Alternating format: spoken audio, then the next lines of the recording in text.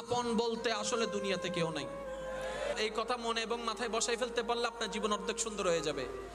আসলে সত্যিকার অর্থে এই দুনিয়াতে আপন বলতে, প্রিয় বলতে আমাদের আসলে কেউই নাই। সবগুলা তাল বাহানার অভিনয় চলছে মাত্র, সময় সাপেক্ষে। স্বার্থ যতক্ষণ আছে বা আছে, যখন স্বার্থ উল্টাই যাবে চোখ উল্টাই ফেলতে দ্বিধাবোধ করবে না। মনে রাখবেন আমার ভাই ও বোনেরা, শ্রদ্ধার সাথে বলে যাচ্ছি, আমাদের জন্য আসল আপন হচ্ছে আমাদের রব আল্লাহ। আমাদের জন্য আসল আপন হচ্ছে নবী রাহমাতুল লিল আলামিন, যিনি হাসরের ময়দানে আমাদের পাপীদেরকে বাঁচানোর জন্য রবের দরবারে বারবার সিজদা দিতে দিতে সুপারিশ করতে থাকবেন, রব্বি হাবলি উম্মতি বলতে থাকবেন। আপনার আমার জন্য সেই নবীর চাইতে আপন আর কেউ হতে পারে না, আল্লাহর চাইতে আপন কেউ হতে পারে না।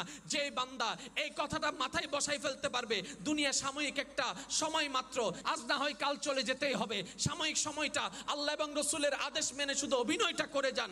মা মার জায়গায় অভিনয় করুন, বাবা বাবার জায়গায় অভিনয় করুন, বন্ধু বন্ধুর জায়গায় অভিনয় করুন, স্বামী স্বামীর জায়গায় অভিনয় করুন, স্ত্রী ও স্ত্রীর জায়গায় অভিনয় করুন। অভিনয় করে কর্তব্য দায়িত্বটা পালন করেন, রবকে খুশি করেন।